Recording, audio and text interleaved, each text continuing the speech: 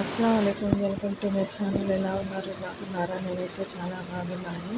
మీరందరూ బాగున్నారని మనస్ఫూర్తిగా కోరుకుంటున్నాను. ఈరోజు అయితే చిక్కుడుకాయ, వంకాయలు మొత్తం వాటర్లో కడిగేసానండి. ఇంకా ఉల్లిపాయలు, పచ్చిమిరపకాయలు, టమాటా ముక్కలు, ఎండు చేపలు మొత్తం ఇలా కోసేసుకొని వేసేసుకోవాలండి. మొత్తం పసుపు, కారం, ఉప్పు, ఆయిల్ మొత్తం వేసేసి ఇంకా కలిపేసుకొని ఇంకా స్టవ్ మీద పెట్టేసుకోవాలండి. వాటర్ వేసుకొని పసుపు, ఉప్పు చూసారు కదా ఎంత వేసుకోవాలో. రుచికి సరిపడినంత ఉప్పు, ఒక 2 టేబుల్ స్పూన్ ఒక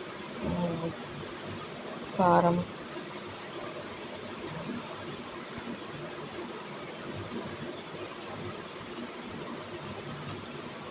ఆయిల్ వేసేసుకోవాలండి.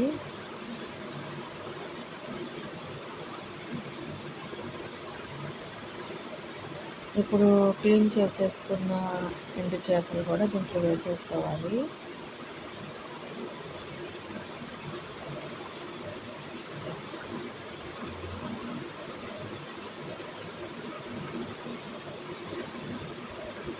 ఇలా వేసేసుకున్న తర్వాత ఇంకా వాటర్ వేసేసుకొని స్టవ్ మీద పెట్టేసుకోవాలి. చూసారు కదా, కొద్దిగా వాటర్ వేసుకోవాలి. ఇవి మొత్తం మునిగేటట్టు వేసుకోవాలి. చేపలు, చిక్కుడుకాయలు బాగా దాని ఉన్న గింజ కూడా ఉడకాలి కదండి. చూసారు కదా ఉడుకుతుంది. ఈ రెసిపీ కనుక మీకు నచ్చినట్లయితే లైక్ చేయండి, షేర్ చేయండి, సబ్స్క్రైబ్ చేయండి.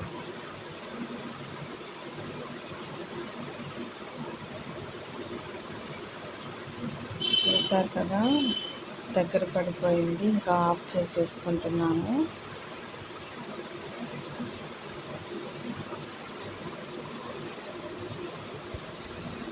అంతేనండి. ఈ రెసిపీ కనుక మీకు నచ్చినట్లయితే లైక్ చేయండి, షేర్ చేయండి, సబ్స్క్రైబ్ చేయండి.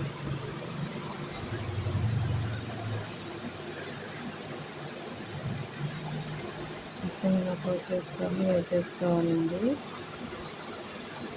మొత్తం ఒకే కోసేసుకొని మొత్తం కలిపేసుకున్న ఇలా వాటర్ వేసుకొని అంటే మొత్తం అదేనండి, బాగా మెత్తగా ఉడికిపోతాయి, మగ్గుతాయి. కొందరైతే ఉల్లిపాయలు ఒకటి వేసుకొని ఆయిల్లో ఇలా వేయించుకొని అలా ఉడికించుకొని వాటర్ వేసుకుంటారు. ఇలా అయినా వండుకోవచ్చు. మొత్తం కలిపేసుకొని చాలా బాగా టేస్టీగా ఉండిద్దండి.